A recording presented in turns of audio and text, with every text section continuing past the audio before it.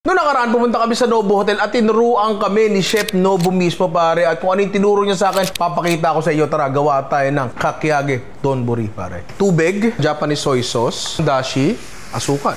Ano? Ang ganda ng t-shirt ko? Ayun naman, pare. Oh, Ninong Rai merch yan. Available sa Shopee, pare. Japanese tempura flour, tsaka tubig. Tuloy lang natin yan. Scallops, pare. Yan natin dyan. Tapos, hipo naman na nakabalat. Ganun-ganun lang din. So, kuha tayo scallops, lagay natin dyan. Kuha tayo hipon, lagay natin dyan. Sibuyas, pare, lagay natin dyan. Lagay natin ng konti asin. Tapos, yung tempura butter natin. Kawali na may mainit na mantika. Meron tayo isang lalagyan dito. Lalagay natin yung mantika dyan. Hindi lahat. Titira tayo ng ganyan. Dahan-dahan natin ilalagay. Yan. Tingnan natin ng konti, mabubuo yan. Yun, buo na siya. Balik natin yung mantika.